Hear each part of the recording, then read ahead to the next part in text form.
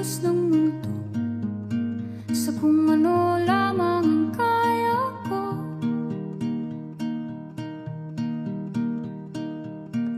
Bigang-biga na sa mga problemang di masolusyonan agad, parang wala nang bukas. Pwede bang umiwas? Hinahanap ang sarili, ngunit di nakakayanan sa ligaw na dinadaanan ko. Saan na to patungo? Saan ako patungo?